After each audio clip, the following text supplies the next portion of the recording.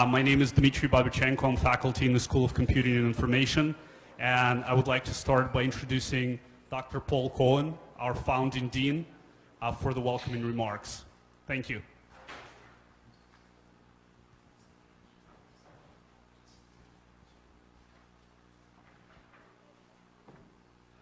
Welcome. It's always tough speaking right after lunch because people are snoozy, right? So thank you for being here and thank you for your attention. We are the School of Computing and Information, and we're thrilled to be associated with this conference. We love the name of the conference, Technology, Social Media, and Behavioral Health. This is something we really want to be part of in the School of Computing and Information. The space that's defined by these topics, technology, social media, behavioral health, is an enormous space. And you can see that very clearly when you look at the diversity of talks and panels that are at the conference. Clearly, this is a great place to meet people and encounter use cases and technologies and form research alliances and hear about a wide variety of exciting and interdisciplinary work. It's my first time to attend this conference. I've been here about 3 months, and I'm very happy to have this opportunity. We in the School of Computing and Information want to continue to be part of this community, even as we ourselves are growing our research programs and academic offerings. We're committed as a school, the first new school at Pitt since 1995, we're committed to collaborative research with partners all over Pitt, all over Pittsburgh, and beyond. But at the same time, we're developing our own distinctive mission and identity, and we will naturally view our collaborations as vehicles to advance this mission and strengthen our identity. So let me say just a couple of words about where we see ourselves going over the next few years and how we can work together as a community to mutual benefit. As I said, until about 3 months ago, I've been here about 3 months before that. I was at DARPA, a Defense Advanced Research Projects Agency. There, I ran a program on modeling complicated systems, and the systems we focused on were cell signaling systems in cancer. And the technology we developed involved machine reading of the primary literature. The machines would read 300,000 journal articles and would build enormous cell signaling models, which we would then use to design therapies. Now, that's very nice from a sort of a cancer standpoint, but as an AI researcher, as somebody looking at how science is changing, what really interested me about it was the aspect of modeling systems, modeling very, very complicated systems. This is new science. People don't model very complicated systems very well, and they particularly don't model the interactions between complicated systems very well. So if you think about, for example, all of the influences on the gut microbiome and how they all sort of converge on the gut microbiome, many, many systems converge at many different time scales and many different spatial scales. You might be talking about bugs that are microscopic, but if the air you breathe, that's on a completely different time scale, completely different spatial scale. So the School of Computing and Information is dedicated to developing technology to model and manage the world's complicated systems at all spatial and temporal scales. And what that means, I think, is as we go forward with this community, we will be particularly interested in problems in health and behavior that are systemic problems that involve modeling systems. There are lots of things that are being discussed at this conference that are fascinating, but the ones that, at least for me, are the most cogent are those that ask, where is this individual in this massive dance of systems? Where is this individual in a social environment, a clinical environment, climate environment, economic environment, because all of these influences come together to affect the outcomes for that individual. So I will end with invitation to everybody here, help us develop this new science of interacting systems health applications are perhaps the most cogent and important area in which to source of use cases and to try and develop this science of interacting systems. And we really look forward to working with you guys to develop that science. Thank you very much.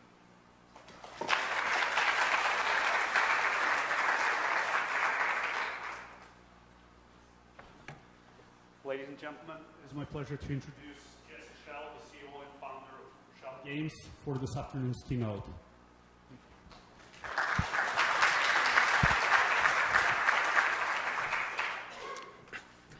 Hi, everybody. It's really good to be here today. It's exciting to see so many people interested in the blending of these different spaces, of kind of bringing together medicine and technology. Today, what I wanted to do was tell you a little bit about my company, Shell Games, and some of the work we've been doing in this space, because I was a little surprised when I was asked to help with this, and I thought, well, we've only done one or two things, and then I went and added them up, and I'm like, oh no, we've actually done a number of different things. So I thought I'd talk about some of those today, and then we'll open things up for questions if there's anything anyone wants to discuss. So just a little bit about my background. I am the CEO of Shell Games, which I'll tell you a little more about in a bit, but it is a video game development studio here in Pittsburgh that has about 100 people working there. I also teach at the Carnegie Mellon University Entertainment Technology Center. I got involved there because I used to work at the Walt Disney Company, and I'd worked with Randy Pausch during that time, and he ended up bringing me into the Entertainment Technology Center once after he left Disney. And so I've been teaching there for about 15 years as well. I did formerly work at Disney Imagineering. I was the creative director of the virtual reality studio there. And I wrote a book once called The Art of Game Design.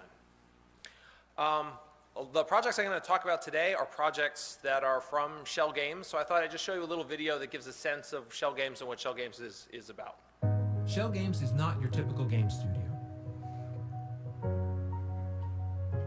With our long history in the game industry, we are uniquely positioned to create interactive experiences that engage and inspire players of all ages across all platforms. Our portfolio includes projects ranging from mobile games to virtual reality games to interactive installations to theme park attractions and everything else in between. As a leader in virtual and augmented reality, Shell Games is capable of leveraging these powerful new technologies to create immersive experiences that educate, entertain, and engage. We are always ready to experiment with the latest technologies and the newest techniques. Not only are we different, we are experienced. Since 2002, our award-winning studio has worked with world-class clients and partners in diverse industries, including toys and games, healthcare, technology, education, and entertainment. As the largest education and entertainment game development company in the U.S., our team of over 100 people is committed to bridging the gap between educational and entertainment games to develop experiences that surpass our clients' expectations.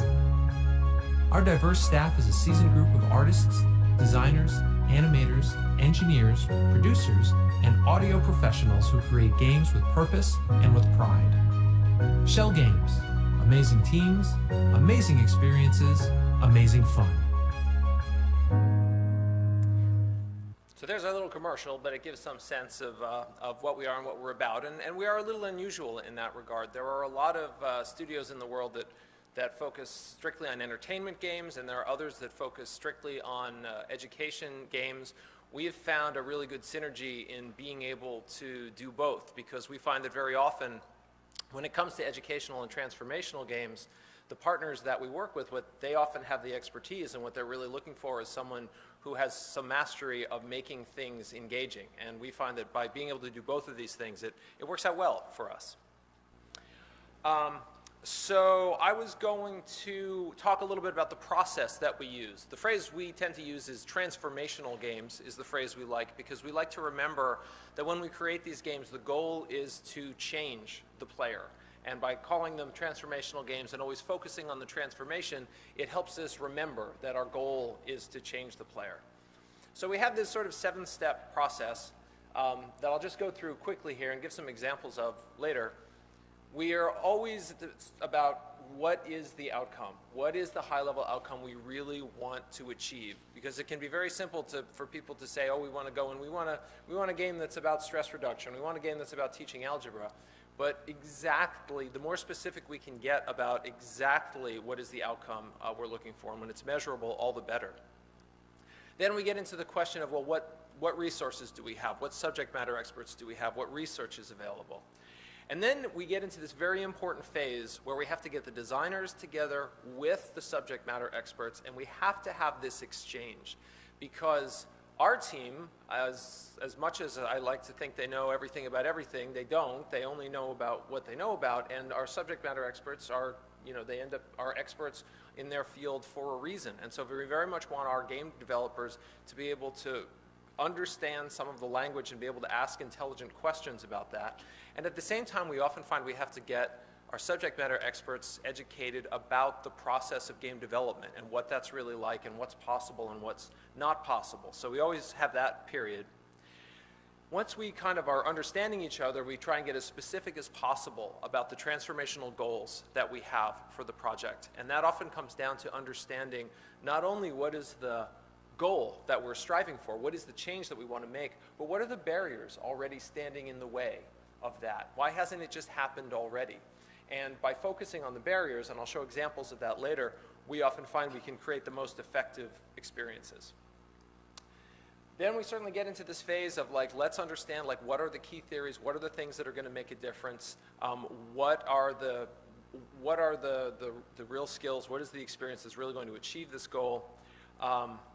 Then figuring out what are the strategies that are going to get there, and then finally getting into the process of, okay, we're going to develop this and iterate it a lot, again and again and again. And sometimes what we find is once we start in actually developing, we find that the goal we were going for might not be possible, or that there's another goal that is maybe more important or more easily within reach, and sometimes that goal actually changes a bit over time. So I'm going to show you just some different examples of projects we've done. The first couple I'm going to show are more science-related, and the others will be more health-related. One that we're very proud of is a game called Happy Atoms, which is designed to get children, junior high and high school children, to find chemistry much more accessible. So I'll show you a little video about that. Build, scan, and discover the world of molecules with Happy Atoms, the revolutionary chemistry learning tool. The physical and digital chemistry modeling set lets you learn about atoms and molecules in an intuitive, hands-on way. The complete set contains 50 atom models representing 16 elements. The atoms connect easily with magnets to form molecules. Then use the Happy Atoms app on your tablet or smartphone to scan your molecules. The state-of-the-art image recognition technology identifies the molecules that you build and provides detailed information about them. The free app invites you to explore the world of molecules in a fun and engaging way. So this was our first augmented reality app that we worked on, and it's something that I think a lot of people are talking about augmented reality as a technology right now. And most people, when they talk about it, they think of it as, I'm going to have a blank table and I'm going to put virtual objects on a blank table. But what we're finding is that the strongest and best use of augmented reality is when you have interesting, meaningful, tangible, touchable physical objects, and then you can use the technology to augment those and bring them to life or get more information about them in a way that you didn't before. And we found this has worked very well with the Happy Atoms product, because the tangibility of the atoms makes kids want to play with them, makes them understand them better, because they're using parts of their brain that they don't if they're just given abstract information. But then the technology comes to bear in order to show what you've built and to give you quests and tasks and challenges. And so that was a good one for us, and it's worked pretty well. In the similar augmented reality, virtual reality space, here is a project that is more of a virtual reality project that we have in progress right now, and this will give a sense of it. Hello, and welcome to the lab.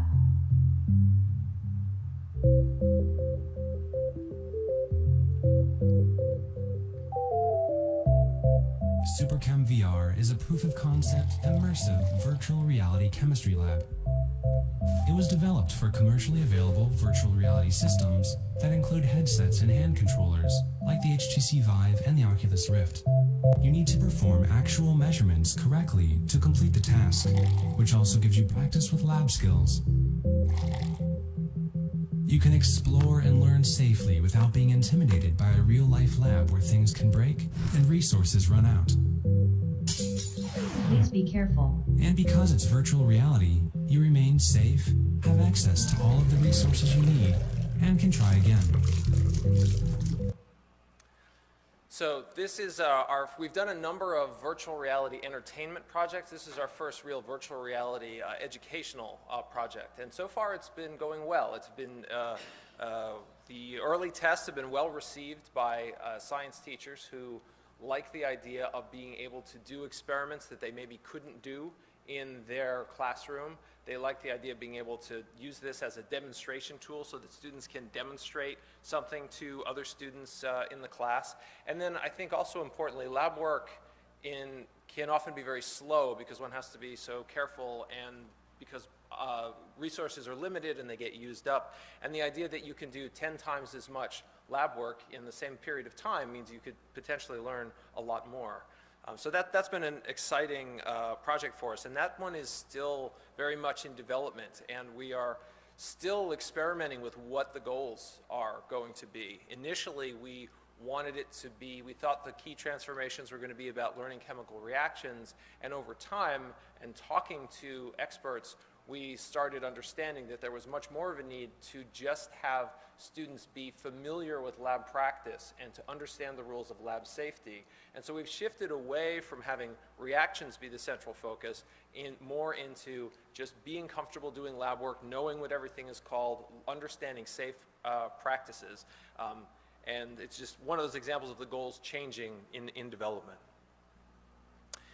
So moving on to some of our projects that are more directly health related, one fascinating one that we've been working on for some time now with UPMC is this Odyssey project. And the idea here is to have an app that can be with you all the time that can be helpful in terms of dealing with things like stress reduction, smoking cessation, a lot of the things that people have real challenges with.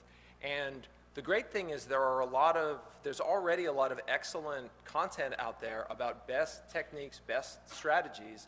And what we found that what our goal here was taking the content, taking the programs that existed, which tend to exist historically in a form like a workbook, and adapting them into a mode that works better for a smartphone. Because certainly just simply taking a workbook style thing and just cramming it into a smartphone is not a good use of the technology. Because when you look at what smartphones are good at, they're nice that they're with you all the time. They're nice that you can kind of check out things in little chunks. And our team started experimenting with this and thinking about, well, all right, what are the things that are easiest to do that fit into your day the best? And how can we adapt this content so that it does fit into your day, since you make the most transformation with content like this if it is a little bit at a time every day, so that you have that consistency and that ongoing sort of just-in-time intervention. And so my favorite part of this is the way it interacts with you. Instead of just giving you information, you have a conversation with this. And it begins with you choosing who you want your health coach to be. And you pick a coach that you feel comfortable with. And one of the things that we know as video game designers is that when people choose a character and they make choices early on, they take more ownership of the experience and they believe in it more. So that's why it was important for us to be able to let people choose a coach up front. And then all of the interaction takes place in something that to the user feels very much like using text messaging, because this is something everybody does every day. Now, anyone with a smartphone is sending texts back and forth to people. And so putting it into that mode makes it fits into the mode people are already in when they have their phone. They're used to sending texts. And it also forces us to take the content and break it down into bite-sized pieces that are going to be better appreciated and understood.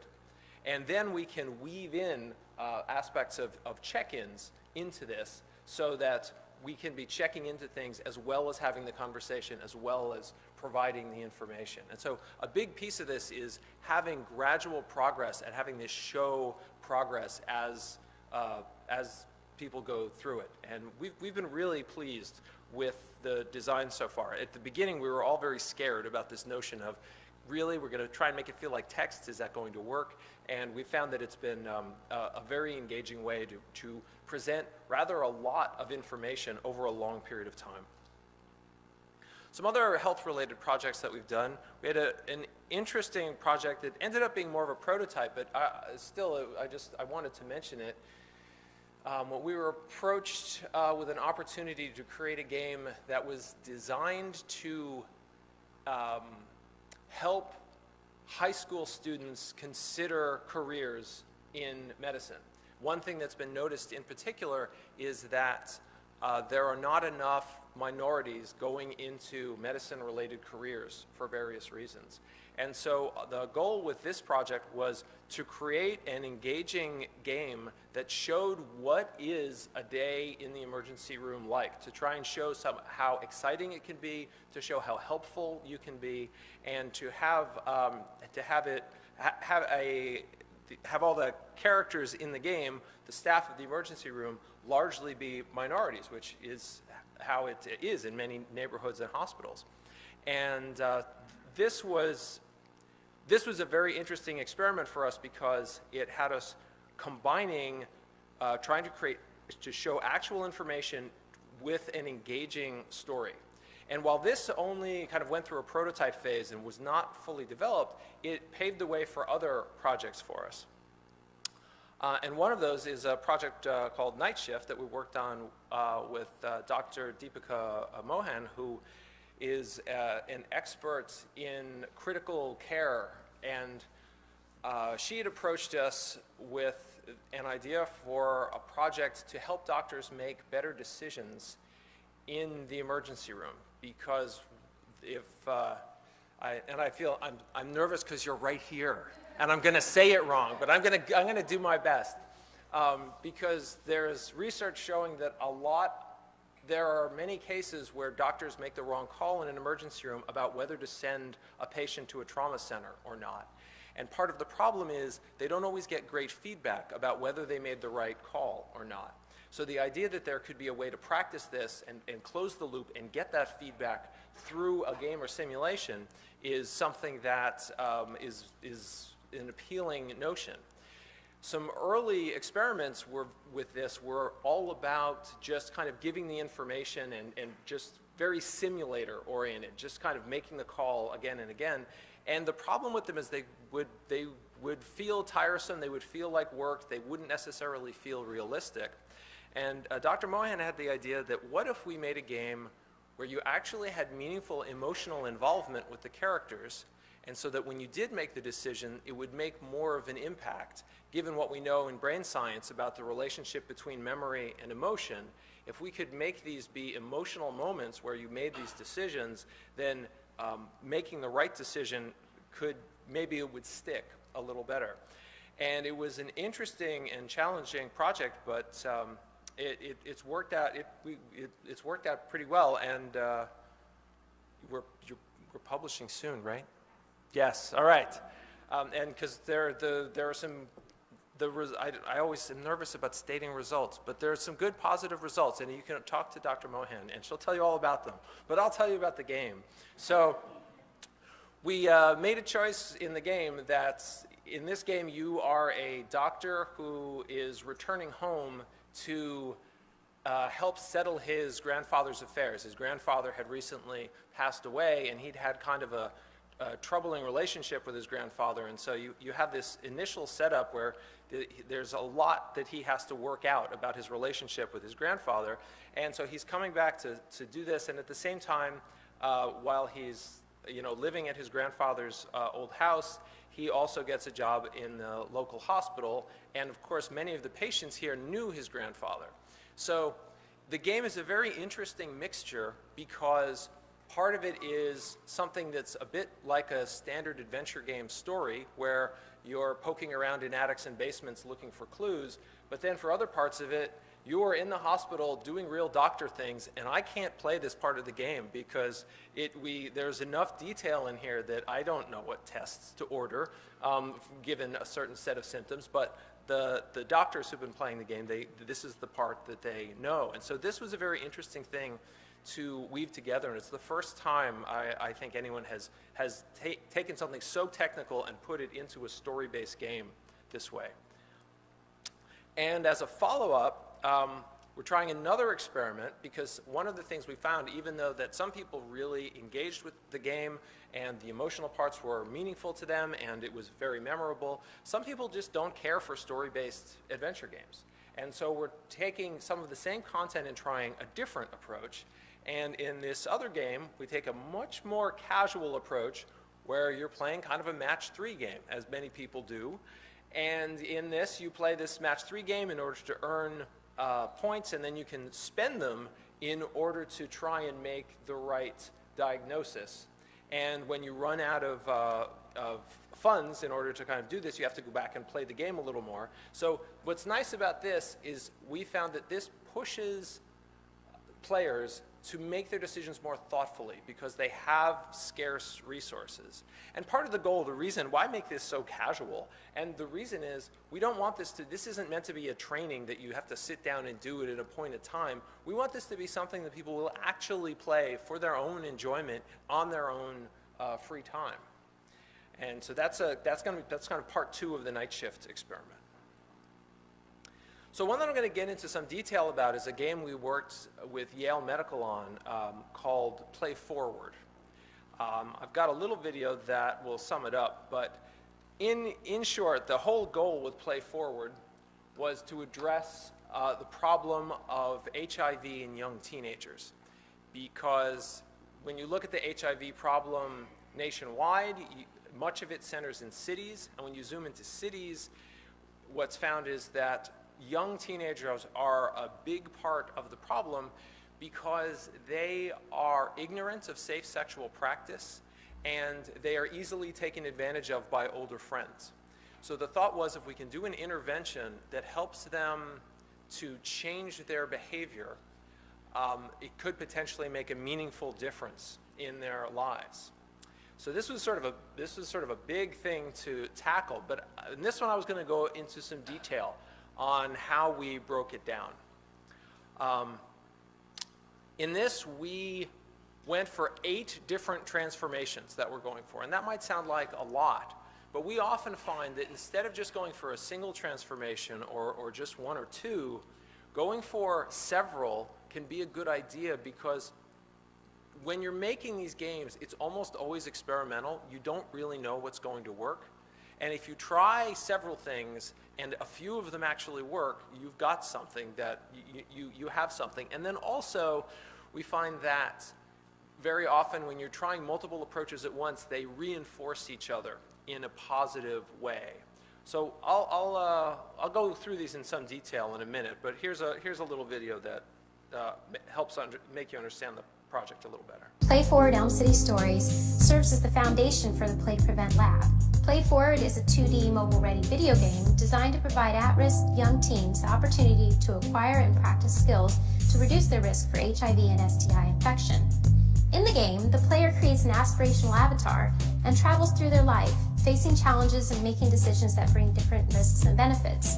Players have the ability to see how their decisions affect their life and subsequently are able to move back in time to see how different actions might have led to different outcomes. Data generated from the game allows us to track the player's actions. Using these data, we can evaluate in real time how our players are acquiring skills to help them make better choices. Play Forward was developed using evidence-based concepts from prominent behavior change theories, including self-efficacy, social norms, message framing, and delayed discounting. Input from youth and community members helped us to shape the stories, characters, and artwork for the game. So this was a very interesting and unusual project. This was one of my favorite aspects of it, given that the players we were going to be testing it on, we're working with Yale, so they're in New Haven. We were working with inner city students within New Haven, and one of the things, man, teenagers are a tough audience. Oh my gosh, right? To show up as an adult and say, hey, here's the thing, isn't it so cool? Oh my God, it's really hard to persuade a 14-year-old that, yeah, this is really cool. And so we knew that was going to be a challenge. We knew that everything that we showed in the game was going to, if it didn't have an air of authenticity, this would mean nothing to them, and that they would completely reject it outright. So we were very focused on that, and so naturally we did a lot of focus meetings with the teenagers in order to sort of talk to them, understand them. But one of the things that our designers came up with I thought was just brilliant was we gave them cameras and we asked them, take pictures of your lives. Show us your friends, show us your room, your house, your family, your school, show us all those things. And we got those pictures, and then we actually built the artwork right around those. We even let them choose the name of the game. So the game's title, Play Forward, Elm City Stories, comes from the fact that Elm City is a neighborhood that gets a lot of urban respect in New Haven. Like if you're from Elm City, then yeah, we're going to take you seriously. So that was a very important aspect of this, just trying, because we knew we had to get them to take it seriously. So one of the things that we tend to do is what we call the one-page design document, which can sometimes be sort of a terrifying idea, but the idea is, can we get everything about a design onto a single poster that we can, so that everything can be put up and talked about. And you can see this game has a lot going on in it. It has a lot of different levels, and it was because we were trying to approach things from many different angles at once, and I'll explain some of that. So in terms of the 8 transformations we were going for, the first one was the notion of getting them to visualize their ideal future. There's research that shows that a teenager's relationship with time says an awful lot about, it's very predictive of the actions they're going to take and how safe they play it or how risky they play it.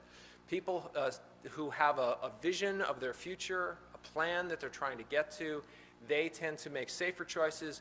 People who don't really have any vision of what their future is going to be, they tend to make more risky choices. So the way this game begins is it starts asking you questions. Hey, when you're 25, what job do you think you're doing? Where do you think you live? Do you drive a car? What kind of car? Are you in a relationship? What's it like? And so it starts asking you questions, and the students start to fill this out. They start to paint a picture of what that life is. And so that's the first one, just trying to get them to have a picture of what that life might be. Then we turn it around on them. We say, that's a funny thing. We know someone who had a lot of the same dreams as you, who really, they had the same picture as you. It went really bad, right? Here's how their life ended up. And the idea of the game then is we're now going to go back in time, and we're going to say, let's follow Leela's life. Let's see where she started making decisions that weren't the right decisions. And the whole goal of the game is to go back in time and help her fix those decisions so that she ends up with that aspirational life that the player themselves chose. So naturally, we have to give them information. Information is an important aspect of this. A lot of people approaching this subject often just say, oh, we'll just give them the right information and they'll make the right choices. But we know that's not true. But still, information is important. So the way that we did that in order to kind of have this come up is we create these sort of in-game conversations. And one of them is this sort of lunch table conversation that happens where people are making statements about something being true or not true, and these are often things about birth control or the way HIV is spread, etc. And you have to choose whether you're going to challenge your friend or give reasons that they are right or give reasons that they're wrong. And so it's not exactly like a trivia game, but it is it gets a lot of the same information across. Another technique that we took was trying to create a habit of examining situations to look for things that are dangerous. The idea being that a lot of teenagers get themselves in trouble, not because they're looking for trouble, but because they're just oblivious to kind of obvious signs of trouble around them. They're joking around with their friends, they're going to take a ride with somebody, and it turns out the driver is drunk and they weren't really paying attention and they didn't notice. So what happens again and again in this game is you're asked to kind of examine the situation and sort of, is there anything here that might be dangerous? And so again and again, you go through these situations where you look for these things. And the game takes place between 7th to 12th grade. And it has 12 levels, 2 in each grade as you kind of progress through these years. And part of what works so well about it is the stories are very lurid. And young teenagers are absolutely fascinated by lurid stories. They want to know how these situations of drugs and sex and anger, how these turn out. And so we get their interest right away by showing these stories. And so here's an example of one. There's a situation at a party where there's alcohol here. It's an unsupervised party. And the way the game works is you have to make the right choice. And so at the bottom, you'll see there's a decision point there. And on the left is the red choice, where you're going to go along with this drinking game. And on the right side is the green choice, refuse to play the game. Now, the thing about that is everyone knows what to do. And if you just say, here it is, make the right choice, of course they're going to make the right choice in the game. And that doesn't really transform anybody. But the way this game works is different. You can try and make the right choice, but the game won't let you because you haven't earned enough observation and experience points in order to make the right choice. So you try and make the right choice, and it says, nope, you don't have enough of those points. How do you get them? You examine things in the scene. So this is a tablet-based game. You can tap on the alcohol and learn about that. You can learn about the different friends, and then you'll get some points for that, but it's not enough. To get the real points, you're going to have to make the bad decision and go get the experience from that. And so in this particular case, what ends up happening is when you make the bad choice, you end up going down into the basement and you're supposed to make out with this other teenager because it's this 7 Minutes in Heaven game, and you have to make a decision about that. And it turns out you see a very obvious herpes sore on their lip, and you have to decide what to do or not do. And of course, to make the good decision, you actually have to make the bad decision in this case, and that ends up in the nurse's office with you getting pamphlets about welcome to your new virus. And then once you've learned from that, then you can go back and say no to this situation. But even then, it doesn't really work out because you're both hanging out in the basement, and your partner says, well, geez, if we're just going to hang out down here, let's see if there's something else to do, and find some aerosol cans and says, hey, I've heard about this huffing thing. Let's try some of this. And in that case, that person actually dies, because one of the things we really wanted to get across is drug abuse is a big problem, but in terms of taking a drug one time and dying from it, like huffing is the best way to do that. So you end up going through this sort of labyrinth of bad decisions and then climbing out of it, and now you climb out of it with enough points to make the right decision and go a different direction. And the hope is that all this constant examining of situations to find the dangerous parts might transfer to real life, so that maybe when you see similar situations in real life, you might look for some of those things you saw in the game. Another type of transformation is the business of language. Because saying no, as much as Nancy Reagan told us all to just say no, it's not enough, because we have real relationships and real friends, and it's important to say no in the right way. And so we have aspects of the game that are all about the language of seduction. What are the language that seducers use in order to get you to do something you might not want to do? And then what are the most effective ways to say no? And sometimes those are to make a joke, or to belittle them, or a whole variety of different choices. And so this game introduces situations where you might get seduced into something and shows you that language, and then gives you opportunity to practice using the appropriate ways to effectively refuse. This is a game So we have a lot of sort of mini games that you do in here to get these extra points so you can move on to the future scenarios.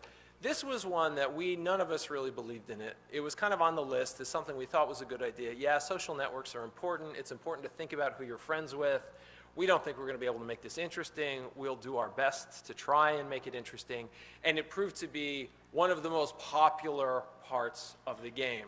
So what the game, I think I have the others, oh no, I don't have that here. So what this game asks you to do is it asks you to look at your friends, here are the friends that you have in the game, and then make choices about which are my close friends and which are kind of my farther away friends and which are people like, no, not friends at all, I don't want to have anything to do with them.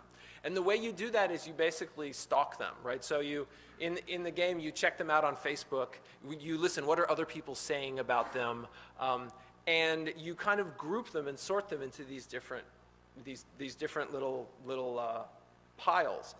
And then you have to make decisions. You start getting social invitations, and you have to decide, well, which friends am I going to go with? And part of one of the surprises in the game is that one of the most useful ways to make a judgment about how safe a friend is, well, who are they hanging out with? So it might be somebody who on Facebook, they look okay, and you've heard good things about them, but then you see they're hanging out with a bunch of wastoids, and it turns out when they invite you to a party, bad things happen, and you lose a lot of points for going to that, for making that bad choice. We found that kids were absolutely fascinated with this because at the point they are in their lives, deciding who they are in with and not in with is very meaningful to them. And making a game out of it, it really captivated them, and we were very pleased with that. Risks and consequences, of course, are very important, and one thing we know is that most humans, and teenagers especially, they don't really understand probability. If you tell them there's a 20% chance you're going to get pregnant, they don't have a great understanding of, well, what does that mean over like 9 attempts?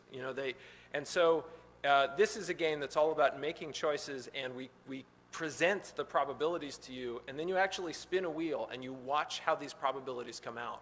So you start to get a better sense of, well, what does 20% of the time mean, and 5% of the time, and 80% of the time? You actually get to learn it experientially and have to make choices in order to balance things.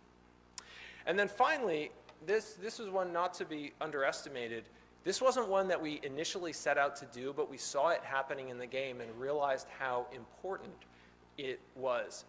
That when you go through all that trouble in the game to make these bad situations happen so that you can make the good choice. And very often when you're making the good choice, it's not necessarily for you in the game. It's often you're helping one of your friends. You're often stopping one of your friends from making a terrible choice. And having gone through the experience of seeing the consequences of their terrible choice and then being able to have them make the good choice, and you sort of get to play the hero that way, it ends up feeling very good in the game. And the idea that we could in some way get players a little bit addicted to this notion of helping your friends make the right choices, we started to feel really good about that. And part of the hope is that would transfer into real life, that if you get to experience the rewarding feeling of stopping a bad situation, that you might repeat that in real life. So there you go. There were a lot of things that we were trying to do in the Play Forward game. So there's been a significant study. I think we had about 300 teenagers play this game. So it was played a half hour once a week, half hour to an hour once a week over a 10-week period, and then the teenagers were observed over a 2-year period, and then we had sort of pre and post examination of what do they know. We were, in our dream world, we were very much hoping that we would see a significant difference in the lives of the teenagers who played the game versus the control group.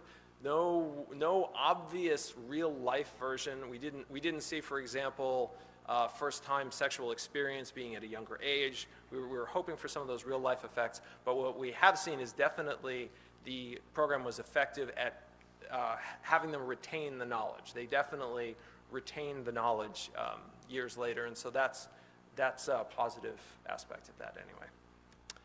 So in summary, just talking about games and these approaches, if you're ever considering making one of these games, we always say it comes down to these three questions. The first one, what problem am I really solving? And getting agreement about that. What are the many ways that you can address this problem? Because it's surely not just one way. There are probably many ways. And then you have to look at what collection of harmonious solutions is going to make the most effective and compelling and transformative game. Thanks very much.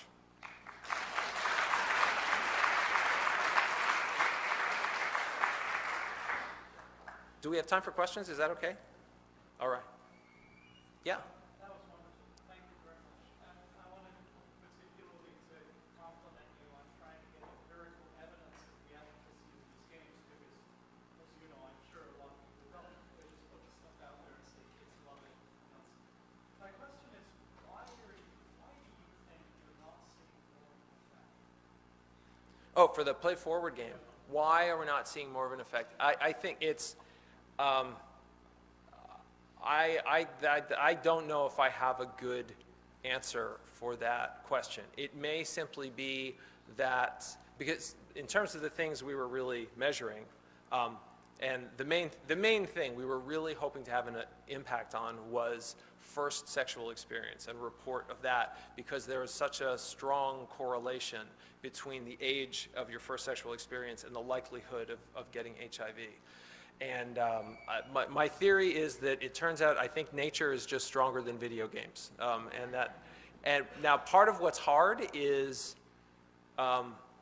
whether we're getting honest reporting about that is one of those things that's really hard to know. This is one of the things that famously teenagers are private and tend to lie about, so that is a confounding factor. So it's hard to say.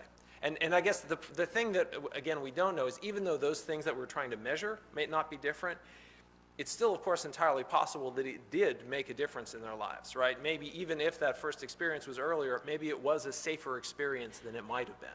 And it's a thing that we only have anecdotes about. We don't really know. But you do find that they internalized the knowledge. Yes. Better, but that was a persistent effect. Yes.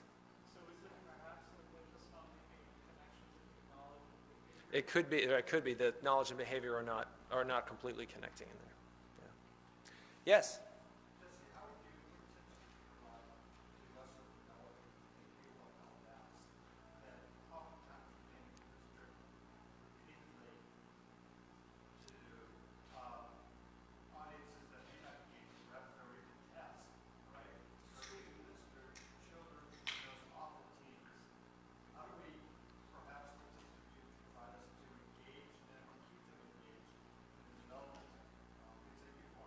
Right, so just tips in general for kind of when you make apps to how to build engagement, yes. Right? And that is, it's very like, this is absolutely the art form of creating games and the art form of entertainment, right? And then, honestly, it's often, it's I think the thing that education and entertainment often have most in common.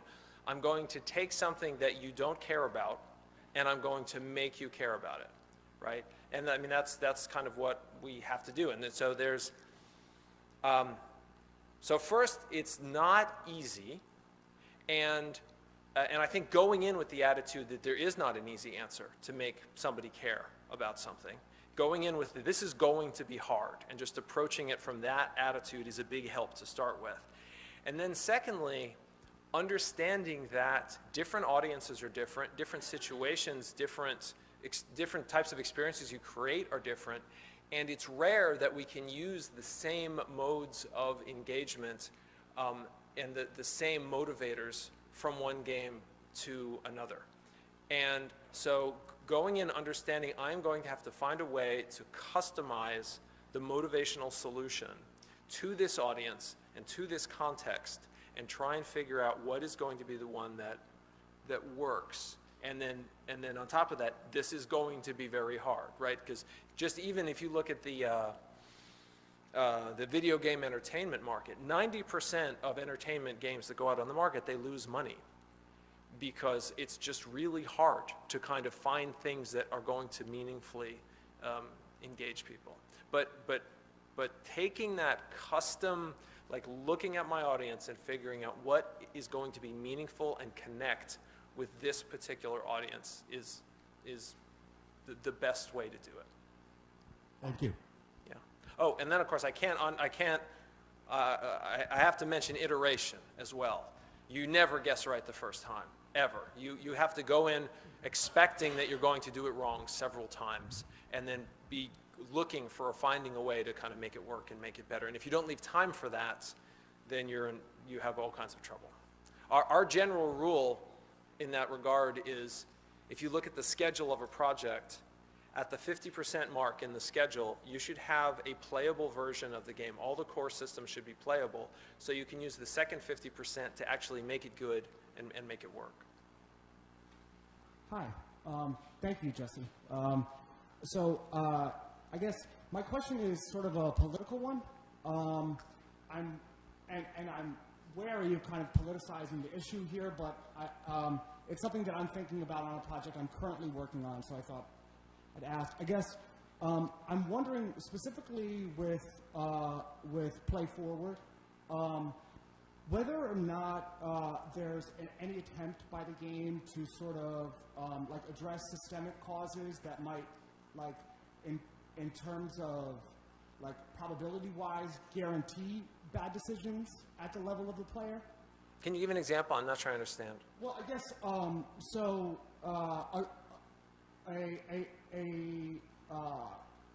example that quickly comes to mind is like redlining that leaves some schools districts underfunded and then leaves the people in those school districts with perhaps less access to Play Forward. Got you. No, so I guess I'm wondering whether or not this is a kind of consideration that you find useful to thinking about games, and I'm wondering if so, how you go about thinking about that kind of consideration. Well, so I mean, there's a couple different. I feel there's a couple different levels in there. I mean, one is the question just of, in general, of accessibility. It's always one of the things when you have these new high-tech solutions that are designed to help people's lives, but if they can only get to the rich kids, then like what good are you doing? So there's always that question, and we do have to look at that. In the case of Play Forward, in that regard, sometimes one creates a game with a goal of covering the earth with it and changing as many people as possible. In the case of Play Forward, the goal was not to do that at all, but rather to create a game that was going to be used in a controlled study so we could understand what was working and not working, and then later make the decision about, is this a good thing to cover the earth with or not? And so for that reason, we didn't really have to worry about it in the beginning, is because when you're talking about what you're going to do in the future, we know the technological profile is going to change. And so we found that, yes, there are aspects of Play Forward that are very effective, and so what we're actually working on right now is adapting it from the initial version was an iPad version. We're now adapting it to an HTML5 version that can work in any web browser or on any tablet device to kind of more broadly hit as many players as possible. But you have to look at this question of who are we trying to reach. We've experienced the same thing working on the Daniel Tiger games for Fred Rogers' company. For people who don't know Daniel Tiger, it's kind of the next generation of Mr. Rogers' Neighborhood. It's an animated version of the Neighborhood of Make-Believe, and it's been a very successful show all about social emotional learning for 2 to 5-year-olds. And we've produced many of the games for it. And PBS early on, because they take such a strong stance about accessibility, they made a choice that they didn't want these things to be just on phones or tablets. They wanted it to be as accessible as possible. And of course, what that means has been changing over time, but it's something we have to continually look at. Yeah. Hi, Carl. How's it going?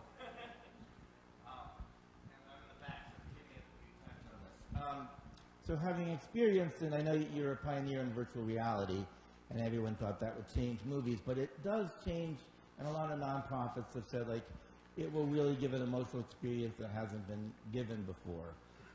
I know it's probably pretty far away, but I just wonder if you think the emotional impact on something like Play It Forward, once you get into virtual reality, or if you could even set it up in a community, if you think it will be more powerful in some ways, where people Well, make these it's a choices. real question of like, what is virtual reality really going to be good for, right? In the example of our SuperChem, it is powerful because it affords the ability to pick up objects and really learn, get muscle memory about what it really is to manipulate these things in a way that digital hasn't been able to do before. So that's a kind of a power.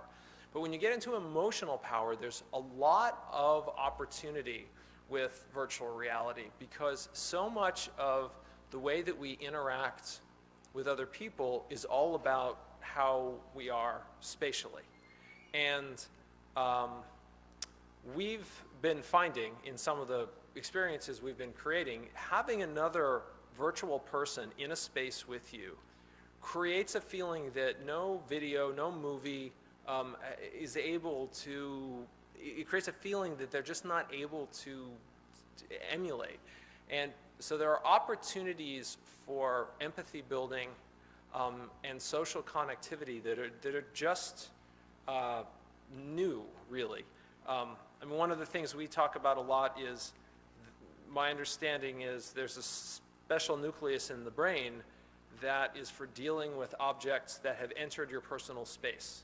And so that when things are out there, your brain works one way, but when things come in here, your brain suddenly feels different. And you can do that if you turn to the person on your left and put your hand an inch from their face.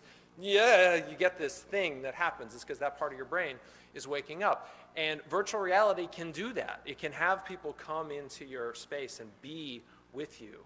And it's tricky because you have to then make them seem real and realistic. And this is the thing we're all experimenting with. So it feels like there's a tremendous power to create stories of empathy and understanding, but it has to be done very, very artfully.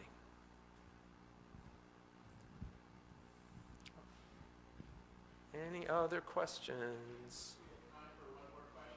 Okay, one more. Any takers? Going once? Oh, we're good. All right, I guess we're good. Thank you so much. All right, thanks everybody.